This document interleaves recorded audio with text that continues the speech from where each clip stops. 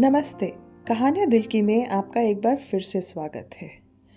हर त्योहार अपने साथ खुशियाँ और जोश लेके आता है। कितने ही रंग, कितनी मुस्कुराहटें दोस्तों से मिलने की, परिवारजनों से मिलने की।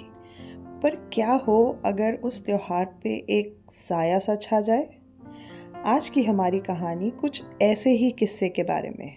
तो चलिए शुरू करते हैं आज की कहानी, त्योहार के साए।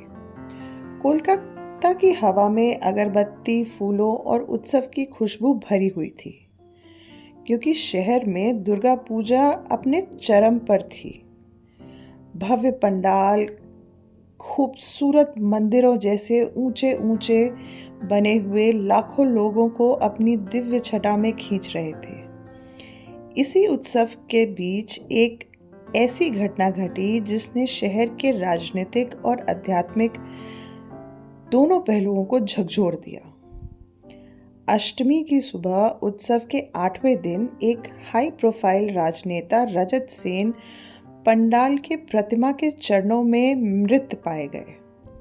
उनका चेहरा सफेद हो गया था, होठ ऐसे खुले थे जैसे कि उनकी अंतिम बात खुद मृत्यु ने रोक दी हो। उनके दाहिने हाथ में सिंदूर की छोटी सी ढेली जैसी थी और उनकी उंगलियों पे भी पूरे सिंदूर से भरा हुआ था। डिटेक्टिव समीर बासु को इस केस के लिए सुबह सुबह ही बुलाया गया। कॉल इंस्पेक्टर रॉय ने की थी, जो समीर को जानते थे और उन्हें पता था कि आध्यात्मिक और अपराध दोनों पहलुओं की गहराई से जांच करने की क्षमता सिर्फ उनके पास है। जब समीर पहुंचे, पंडाल अजीब रूप से शांत था। देवी दुर्गा की प्रतिमा ऊपर ऊंची खड़ी हुई, आंखें दिव्य क्रोध और करुणा दोनों से भरी हुई। जहर, फॉरेंसिक अधिकारी ने धीरे से कहा, लेकिन एक अजीब बात है। हमें मृतक के हाथों में मौजूद सिंदूर उनके मुंह में भी मिला है। समीर ने झुककर रजत के हाथ का बारीकी से निरीक्षण किया। यह सिंदूर साधारण नहीं था, इसमें एक हल्की सी खुशबू थी, चमेली और कुछ धात्विक। सिंदूर में जहर, धार्मिक या प्रतीकात्मक? समीर ने उस उमस भरी हवा में एक अजीब सी सिहरन महसूस की। पंडाल के बाहर उत्सव चल रहा था, मौत की खबर से अनजान। जांच को धीमे रूप से, गुप्त रूप से रखा गया था, जिससे बाहर कोई हलचल ना हो जाए। रजत के करीबी लोगों से समीर ने पूछताछ शुरू की तो सबसे पहले उनकी पत्नी अपर्णा से बात की। एक सीधी, शोकग्रस्त महिला जो धीमी आवाज में समीर के सवालों का जवाब दे रही थी कि वो हाल ही में परेशान थे, रात को अजीब सी मीटिंग्स में जाते थे, रहस्यमय धमकियां मिलती थीं, लेकिन उन्होंने त्योहार में शामिल होना बंद नहीं किया। कहते थे कि ये उनका कर्तव्य है। समीर ने पूछा, धमकियां किससे? तो अपर्णा थोड़ी झिझक गई। पूजा समिति से। वहां के कुछ सदस्य उनकी सुधारों की योजना से नाराज थे और जो मुख्य पुजारी हैं वो भी। समीर की भौहें उठ गईं। पुजारी?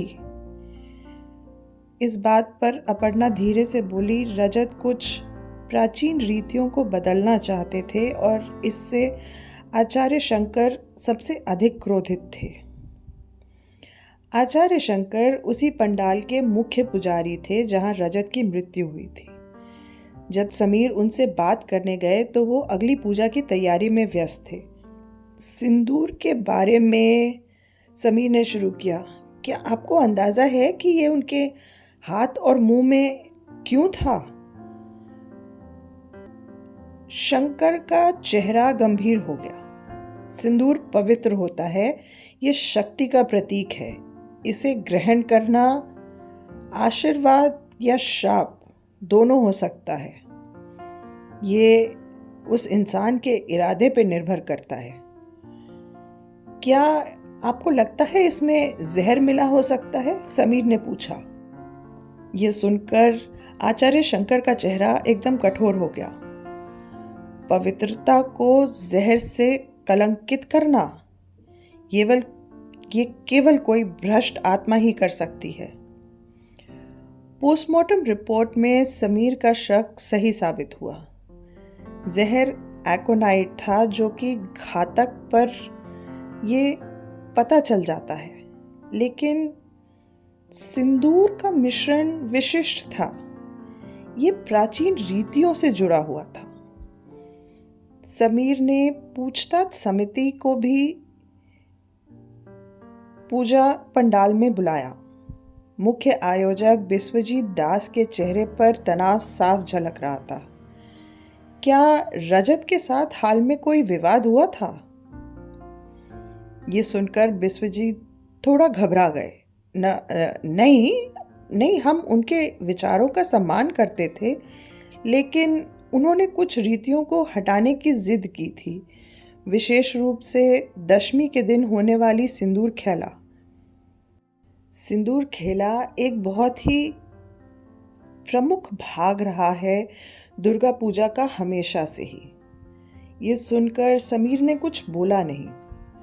उस रात समीर पंडाल का दौरा एक बार फिर करने गए जब भीड़ कम हो गई। पंडाल में दुर्गा की प्रतिमा के पास उन्हें जमीन पर सिंदूर की एक हल्की लकीर दिखी, जो पंडाल के पिछले दरवाजे तक जाती थी।